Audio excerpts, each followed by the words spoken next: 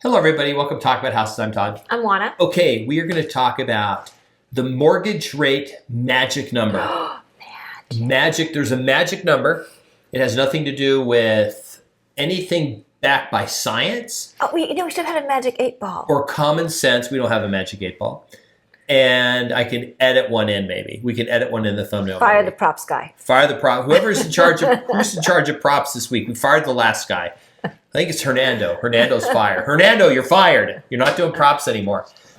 I haven't even seen him at work in the last week. So. Well, you fired Ashley, but the week before. Yeah, I had to fire her. She was doing my hair. She wouldn't even, and you can see it doesn't even look that great. Okay, there's a magic number for mortgage rates that would reignite the U.S. housing market. This is from an article.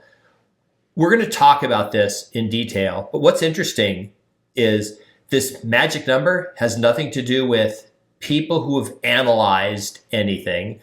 It's literally all this emotional belief of what interest, anything above a certain rate is too high and I'm okay below that. I'll just randomly go buy a house. It's kind of ridiculous. Well, I think there's a little more to it. Okay, so we'll go through the article and talk about it. If you have ideas for another article, we actually had some really good stuff in the comments that we'll do some videos about. One was this idea that everyone's convinced rents. I think the problem is we have so many people watching Crash Bro videos that rents have gone down year over year. They haven't. They're up. And then one was like the home prices are falling in Vegas. If you watch our market updates, you can see they're not falling in Vegas. And then some people had questions about like why shouldn't you disclose the other offers so that the person can beat it and the seller will make more money? And that's a whole video. We talk about that. We have a lot of experience with this.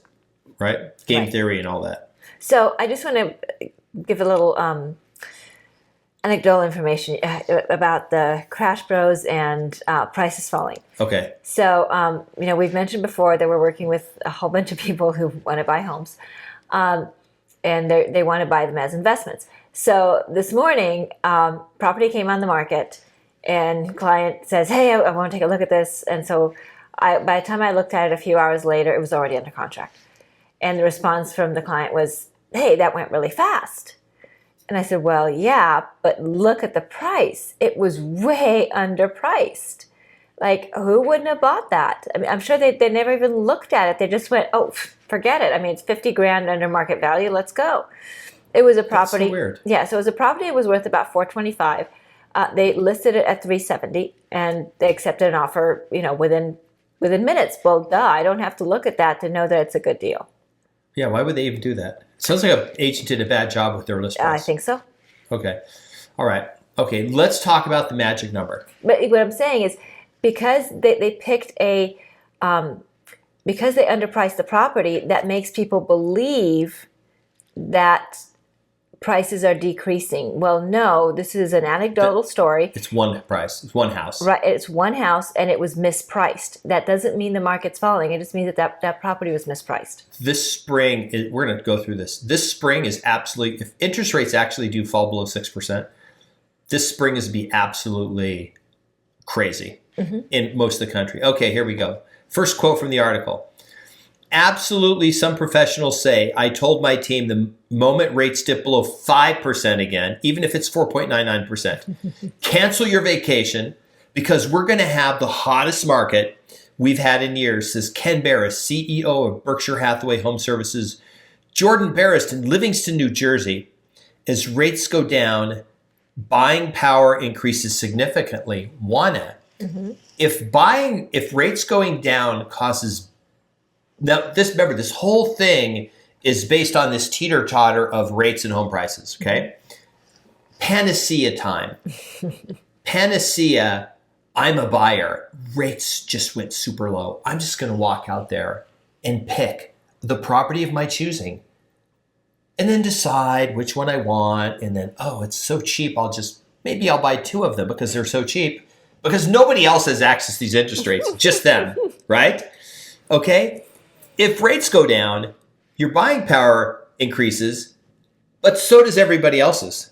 And that causes more buyers chasing fewer properties. And what does that mean? Well, it means supply and demand, guys. So prices will definitely be much more exciting, to put it mildly. I mean, you're going to have multiple offers and you're going to have to pay over appraised value in order to get the property that you want.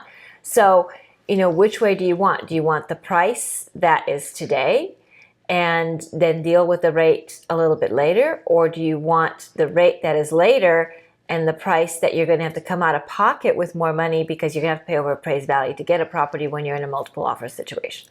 So you're counteracting your interest rate deal with overpaying, basically. Pushes the home prices up. I don't feel that it's overpaying, Todd. I feel that you're paying market value because obviously all these buyers see value there. So because they all see value there, they all offer what value they see. And so you are purchasing the property for market value. Or purchasing a property for market value or purchasing anything for market value is not overpaying. It is market value. Right. I'm just saying I'm just saying it because that's what people are going to say. Okay. Oh, they overpaid for the house. No, they paid market value. I know. Look, if you're the only one offering on a house and you pay more than everybody else and nobody else was interested, then maybe you overpaid. But if you are competing with other people for the same product, in this case a house, and you are the one who gets the house, that doesn't mean you overpaid. It means you paid market value because that's what you and the rest of the buyers decided the property was worth. There's a book called Predictably Irrational. It's a really good book. One of the themes of the book is that humans have no innate system of what anything is worth. We're very poor at deciding what's valuable. And this is a perfect example of that. We almost exclusively compare everything. Mm-hmm. We try to make these comparison decisions. So people are comparing these rates and home prices with the past. Well, in the past, home prices were less, so therefore they're overpriced. And in the interest rates are higher, so I'm not going to pay that rate. I want them to go back down to where they were. So why is it then that when people get a pay raise or they switch to a different job that pays them money, they don't assume they're being overpaid because they're making more money than they would have made 10 years ago? Mm-hmm. Kind of ridiculous. Okay, here's the next quote. A September survey by U.S. real estate industry consultants, John Burns Research and Consulting, pinpointed that magic number at 5.5%. Mm-hmm. Nearly 3/4 of respondents who plan to purchase their next home with a mortgage said they are not willing to accept a mortgage rate above that 5.5% figure the company reported. Do you think any of this is actually based on critical analysis of borrowing money? Let's say, okay, 5.6%, that's above 5.5. You're borrowing money at 5.6% to purchase an asset that in the long run is going to appreciate substantially and save you from this cycle of rising rents through the rest of your life. So most people do not apply what you would call critical analysis. What do they do? They make choices with their gut. They make choices based on the people around them. They make choices based on emotion. Yep. None of those look like a spreadsheet to me. All of the if you look at every Crash Pro video, it's all emotion. They will take a specific thing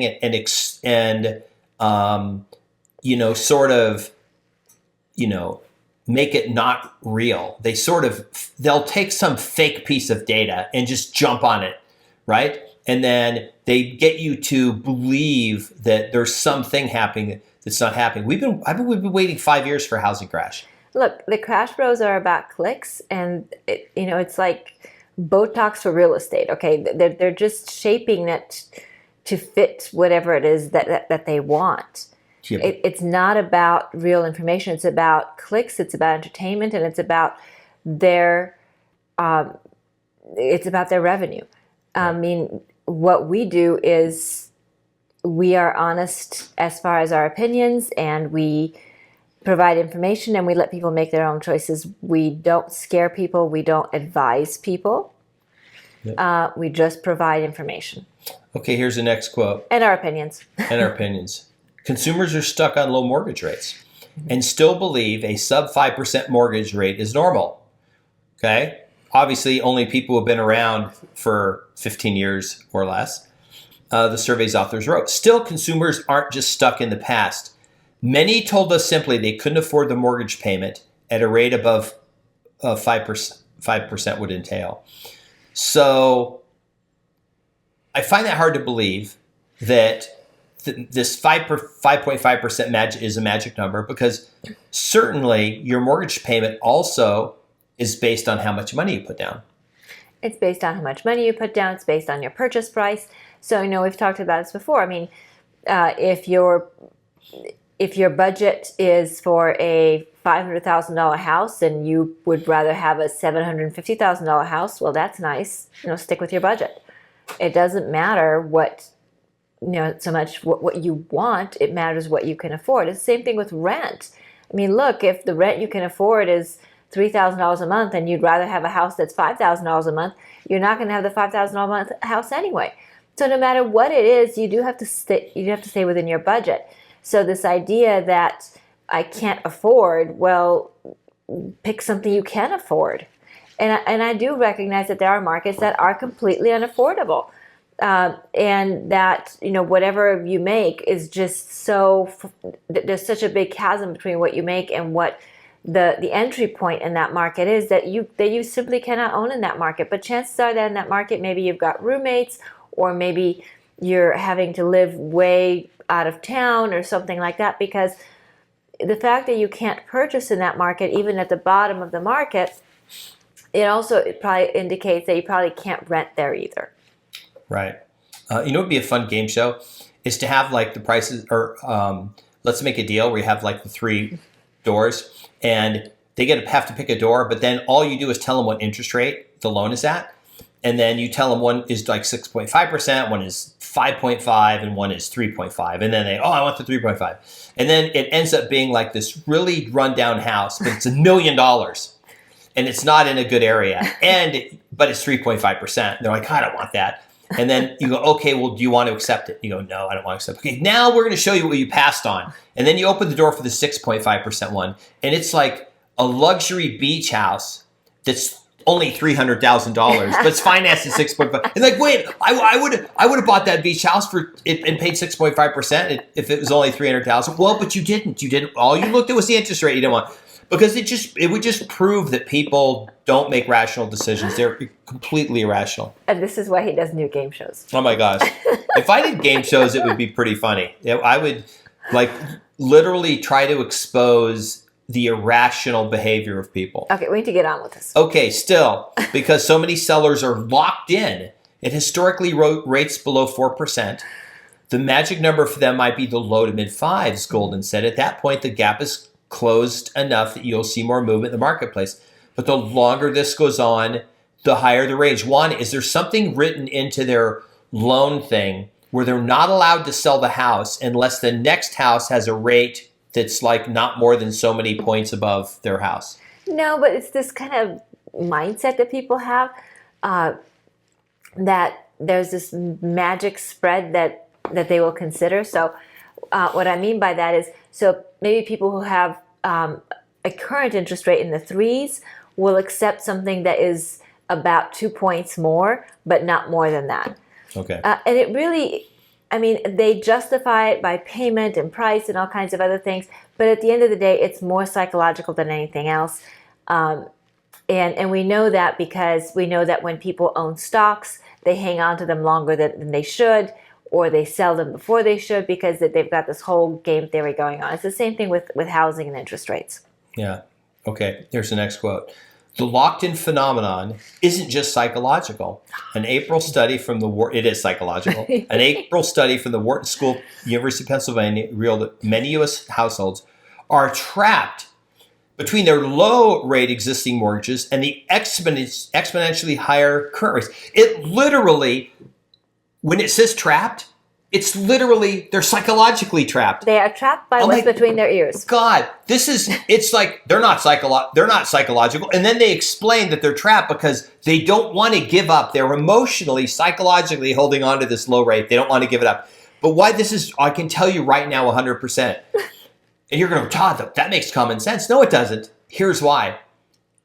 let's take a scenario where you have the lowest interest rate possible. 0%. You don't have an interest rate, you pay cash. Cash people all the time sell their properties to roll that into some other investment, including investments where they have to pay a mortgage on. For example, somebody I know sold a house in the Bay Area, free and clear, sold the house, $1.6 million. They used that $1.6 million to go buy a 18 to 24 unit apartment building, but then they had to finance half of it because it was like 3 something for the whole purchase price. So they put the 1.6 million down, they financed the rest. So they were going from no mortgage payment and an asset to this other one that had so if somebody is willing to do that when they have no interest rate, certainly, if they have a 3% or 4%, they would be willing to do it too. But it's psychological because you feel like, oh, I got this good deal, I don't want to give it up. That's really all it is. Right. But, in some cases, people are better off not giving it up and using other monies and other means to purchase and hanging on to that property as an investment. Do you think that, here's the other thing that I think that's ridiculous about this. People are saying, oh, but when interest rates drop, the sellers, they will sell their homes because now they can go buy something. And the properties will flood the market, pushing home prices down. So I'm waiting for interest rates to drop so that then the prices will drop and I'll be able to pick off some houses with low price and a low interest rate. That's how it's going to work. Not so much. Okay, what happens when these people sell their houses because they have a low interest? The interest rates drop enough, they're like, I'll sell my house. Well, so we're in an environment where we haven't had a whole lot of inventory, so houses coming on the market that are priced at market value and they're attractive homes in areas where people want to live are going to get a lot of attention and they will be purchased at market value, not at a discount. So that's the first part. The second part is they won't necessarily sell them. I mean, maybe when interest rates drop more, they'll just go out and use other money to purchase and keep this home as a rental. So it's not that simple that somehow prices will drop and interest rates will drop at the same time. In the same sense that people believed that when interest rates went up, prices would drop because sellers would have to drop the price in order to accommodate a lower payment due to the higher interest rate. That didn't happen either. It absolutely didn't happen. The other thing, too, that everybody's missing is that if these sellers put their homes on the market, they also are a buyer. Mm-hmm. And they're a buyer now with a bunch of equity. Mm-hmm. Because remember, home prices have gone up. So they're going to go out there and you're going to go, oh, look at all these listings. And then you're going to say, oh, here's a listing I like. It's $300,000 and it's on a beach. So you're going to call and go, hey, I saw this $300,000 beach house. And they're going to go, yes, we have 12 offers on it. You're like, what do you mean you have 12 offers? Well, remember, interest rates are low. So all these people are selling their houses and they all need to buy something. Mm-hmm. So we have 12 offers on the beach house. How much do you want to offer on it? Oh, what should I offer? But that's game theory, right? That's why you don't go, I'll just pay $1,000 more than your highest bid. And they go, oh, you just saved us. My seller's going to make $1,000 more money. This will be a whole video and it should be very fun. We know a lot about this. It's a field of study called game theory. And it's not about playing games. Game theory is merely making decisions with imperfect information. Yes. And it'll be very fun, I think. But this dovetails into what we've been talking about for the last few videos. There are people out there who do want to buy. And they're, like I said before, they're kind of in this chicken or the egg thing where they don't want to sell their home because there's nothing to buy, but they also don't want to make an offer on something contingent on them selling their home. So for those people, if you only want to move once, there might be a fun solution where you can reach out to us. We've got people who would be very willing to let you rent the house back after you sell it to them, and then you can rent the house back for whatever length of time you need, and that's totally fine. And please don't think that these people are going to lowball you. They're not. They're going to pay market value for the home. Yeah. Okay? Yeah. Okay, you can continue now. No, that was pretty much it. That was all the slides. I just thought it was fascinating reading the article talking about there's financial reasons, but there are no financial reasons. Mm-hmm. There's zero financial reasons. This is all and this is why. Let's say the rates got stuck at 6.5% and never changed. Eventually, people would be like, oh, a friend of mine last year bought a house at 6.5, and another friend of mine last month. They would go, I guess 6.5 is pretty normal now. I'm pretty comfortable with that. I think I'll go buy a house a bit because that's what everybody else has been paying. Mm-hmm. The problem right now is a lot of people's friends and people they know are bragging about the 2.65% 30-year fix they got. They're like, oh, I'm not going to be stupid and pay 7%. I'll just wait and keep renting. And it's like, okay, you can do that. But, it's this whole thing is, it's like, I guarantee you, if you found out all your friends had 10% loans, you'd be out there like, oh, I just got a 6.5%. Not that it doesn't change how much you pay. You just feel better that you're paying less percentage than somebody else. It's like when you get married and your spouse makes more than your sibling spouse makes. And you go, how much does your spouse make? Oh, mine makes $10,000 a year more. Right? It's all comparison. It has nothing to do. It's all psychological. It has nothing to do with actual people making decisions. Homes in the U.S. are a third of the prices in Canada. Median home, a third of the price. Mm-hmm. So homes in the U.S. are more affordable than Canada. Fun times. All right. Hopefully you had a good time on the video, and you didn't mind me laughing at Todd a lot. Sorry, I couldn't help myself. It happens. So we hope you enjoyed the video. Learned Whoever something. is your script writer, who's writing everything you're reading off the teleprompter, they're getting fired too. Right? I think it's Kathy. I think Kathy's writes all of your lines. If you didn't know, we're reading all this on a teleprompter. None of this is ad lib. We're reading it all. We have script writers and, researchers that do all the data and analysis and everything for us. This is why I laugh at you. Okay. All right. Remember to like the video, subscribe, hit the notification bell, share the video, leave us your real estate related comments, and we'll see you on the next video. Bye. Bye.